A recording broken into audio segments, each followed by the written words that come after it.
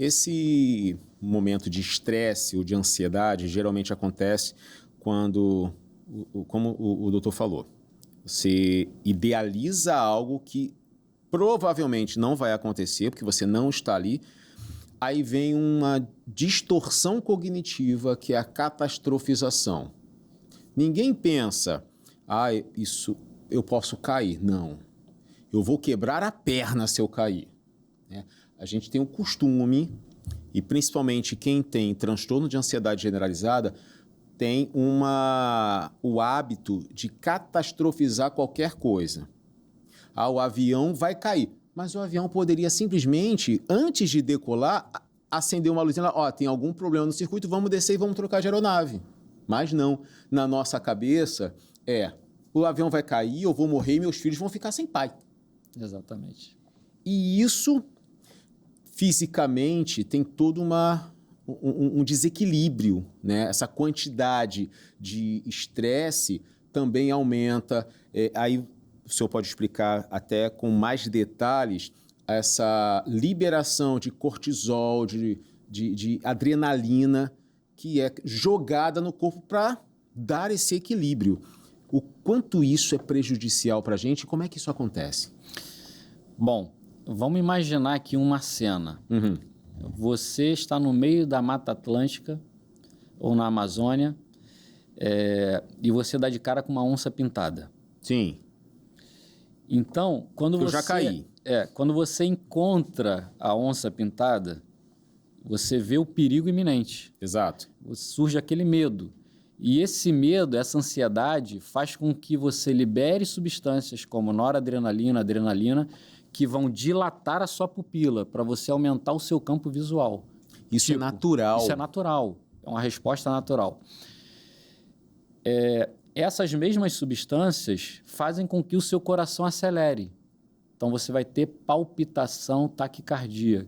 Não é o nervosismo, é por conta da liberação desses neurotransmissores. Desses neurotransmissores desencadeado por conta de um perigo iminente. Uhum. E aí você vai ter palpitação, taquicardia, que é o sintoma mais comum da crise de ansiedade. 95% dos casos ele está presente. E também, só fazer uma pergunta aí para não perder esse momento. Taquicardia e aceleração são dois sintomas comuns do infarto? Pode ser. Qualquer coisa que mexe no coração, as pessoas já pensam que estão infartando. Sim. E tem as pessoas costumam fazer essa relação? É muito comum, sim. Tanto é que na crise de pânico, né, que é a principal crise aguda da ansiedade, o paciente ele chega na emergência achando que está infartando, porque o coração dele só falta sair pela boca. Uhum. Isso é taquicardia, que é o aumento da frequência do coração causado por essas substâncias que aumentam essa frequência. E por que isso acontece? Lembra da onça? Você está olhando para ela. Então, você... Olha, a altura do campeonato, eu não sei mais se eu estou olhando para ela ou se eu já desmaiei. Exatamente. Né? Das duas... Não, eu te garanto que o seu organismo vai te dar um jeito para você sair correndo dali. É o famoso luta ou fuga. Luta ou fuga, exatamente. Então, quando o seu coração acelera, você aumenta a frequência do coração, né? E você faz com que o coração ejete sangue mais rápido. Para onde?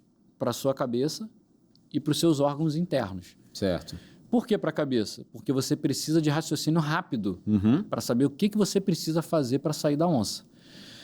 Um outro sintoma que é muito frequente, essas substâncias também, elas, à medida que ela aumenta a frequência do coração, aumenta a sua pressão, elas diminuem, faz vasoconstricção, estreitam os vasos das mãos e dos pés. Por quê? Para priorizar que o sangue vai para a cabeça, e com isso você faz uma sudorese, começa a suar frio e começa a ficar com a mão molhada, né? Isso é um sinal de ansiedade e dessas substâncias agindo. Então, da mesma forma, você começa a ter tremor, porque o tremor é calor, faz aquecer o músculo, porque você precisa correr. Certo. Se você tem um músculo aquecido, você diminui a chance de ter cãibra, de ter uma lesão. Imagina você correr da onça e ter uma cãibra. Não dá. Com músculo frio. Não dá. Vai dar ruim, né? A questão é que isso é assim, né? É muito rápido. Fração de segundos. Então, esses são os sintomas mais comuns associados ao estresse agudo. Certo. Só que quando a gente está falando de um estresse crônico, por exemplo... É sentir isso com muita constância, né? Geralmente não é um sintoma tão exuberante. Você sente todos os dias em menor quantidade. Uhum. E esse é o pior estresse, porque você libera substâncias numa quantidade menor, que são substâncias pró-inflamatórias, são chamadas de interleucinas pró-inflamatórias, que elas vão inflamar o seu corpo, oxidar a sua insulina, oxidar o seu colesterol, e você vai se tornar um paciente metabolicamente doente. Entendi. Oxidando a sua insulina, você deixa de tirar a glicose do sangue e colocar dentro da célula. A glicose aumenta no sangue e aí ela irrita os vasos, oxida o teu colesterol, faz com que ele se deposite nas artérias, precipitando um infarto ou AVC. Então, eu vejo alguns profissionais falando o seguinte: o estresse ele não pode, ele não mata. Mata sim. Né? Eu lembro que eu era recém-formado, eu era médico, tenente médico do Exército.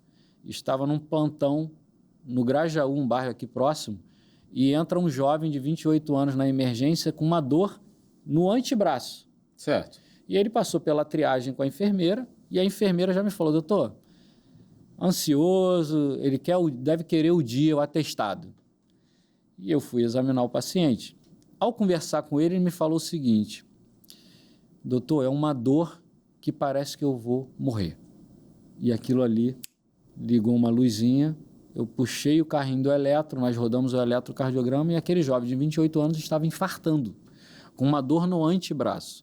Ou seja, é uma dor atípica, que a dor do infarto atípica é aquela dor no peito tradicional, mas ela pode ser atípica, dor só na mandíbula, dor no antebraço, dor na mão.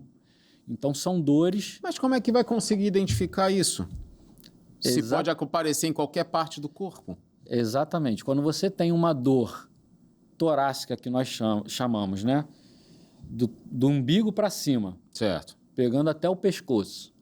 E membros superiores, tem que prestar muita atenção, que você pode ter um infarto. E um outro sintoma que é muito comum, que a gente chama de equivalente anginoso. O que é isso? Ele equivale à dor no peito, mas não é a dor no peito, que é o tal do cansaço. Então, o paciente ele chega na emergência: doutor, desde ontem eu comecei um cansaço que eu não tinha. Não tinha cansaço nenhum, subir escada, eu tomava meu banho normalmente, ele começa a ter um cansaço. Ele pode estar infartando. Então, esse sintoma, ele também está presente na crise de ansiedade, que é a falta de ar, de espineia, né, o termo técnico. Então, são inúmeros sintomas que a gente tem que estar alerta. Uhum. Mas esse jovem, voltando nele, aos 28 anos de idade, infartando, qual era o estilo de vida dele? Uma ansiedade ao extremo. Ele era muito ansioso, ele tinha um medo de tudo e ele tinha um viés para a briga. Então, ele saía do carro e brigava com as pessoas no trânsito. Então, é o famoso pavio curto. Pavio curto. Então, metabolicamente, ele estava todo alterado e infartou por conta de uma placa de gordura que estava lá, aos 28 anos de idade. E isso tem sido cada vez mais comum. Jovens... E foi possível restaurá-lo? Sim, sim. Fez o cateterismo, colocou o stent lá e nós resolvemos o problema. Agora não é a curiosidade do psicólogo, é a curiosidade do jornalista, entendeu? Para sim, saber sim. como é que terminou a história. A história tem que ser, no final tem que ser Por feliz. Por favor, né? Tem que ser. Hoje em dia, com as histórias que a gente vê nos jornais, a gente tem que ter bons finais, né? Sim, com certeza. Agora, Anderson, vale a pena a gente falar aqui o seguinte: qual é a substância mais envolvida no transtorno de ansiedade e de depressão? É a serotonina. Sim. Se você der um Google Chat GPT na sua casa, você vai perceber isso. E 95% de toda a substância chamada serotonina, ela é produzida no seu intestino. No intestino delgado? No intestino delgado. Ok. Então, o intestino, hoje, e há mais de 2.000 anos atrás, nasceu um médico chamado Hipócrates, que é chamado o pai da medicina moderna. Ele nasceu 450 anos antes de Cristo. Sim. E lá ele já falava o seguinte, sem tecnologia, só de olhar para as pessoas, ele falava, toda doença começa no intestino. Foi o mesmo criador dos 4 temperamentos, né? Melancólico, fleumático, colérico e sanguíneo. Tem umas teorias bem interessantes de Hipócrates que é fascinante, né, o trabalho dele. Muito. E eu acredito que era o próprio Deus se revelando a Hipócrates. Porque, assim, como é que a pessoa vai descobrir que o intestino é a raiz de todos os males?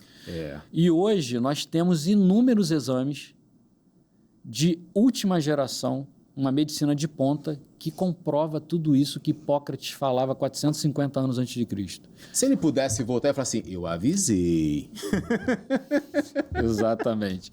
E quando a gente vai para a palavra de Deus, a palavra de Deus ela é formidável. Não tem ponto nem vírgula fora do contexto. Sim. Então, quando Deus fala da palavra, ele usa a palavra para proteger você, proteger a sua família contra as doenças.